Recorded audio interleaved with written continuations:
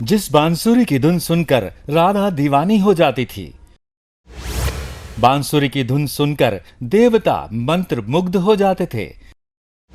आखिर उस बांसुरी को भगवान कृष्ण ने क्यों तोड़ा?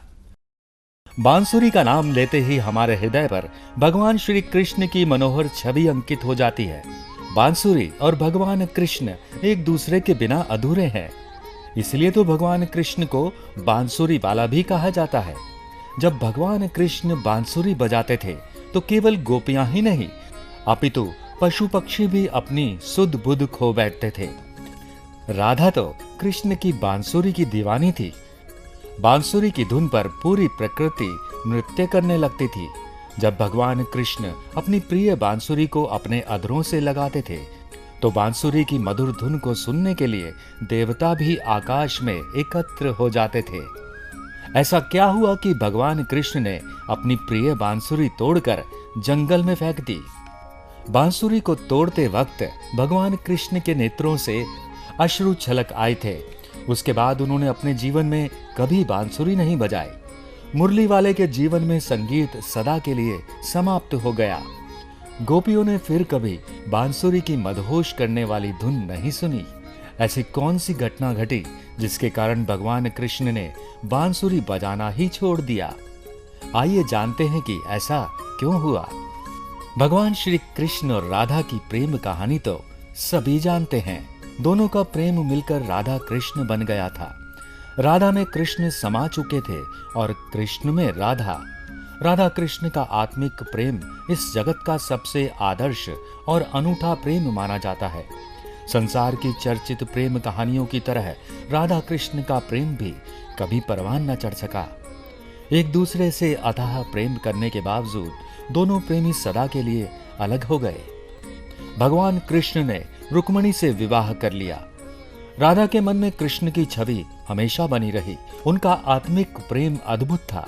कहा जाता है कि जब राधा अपने सभी दायित्वों से मुक्त हो गई तो उन्होंने अपना घर छोड़ दिया और निकल पड़ी भगवान कृष्ण से मिलने। उस समय भगवान कृष्ण द्वारकाधीश थे।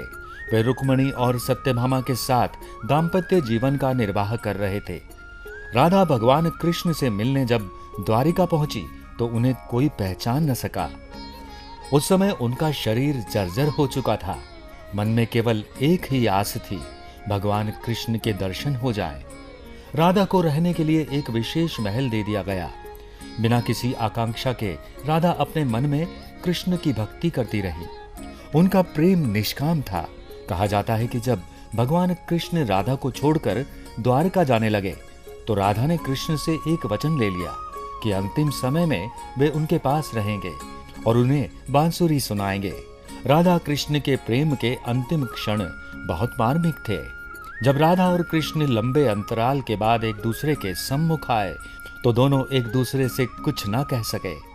दोनों की आंखें ही केवल एक दूसरे से वार्तालाप कर रही थी।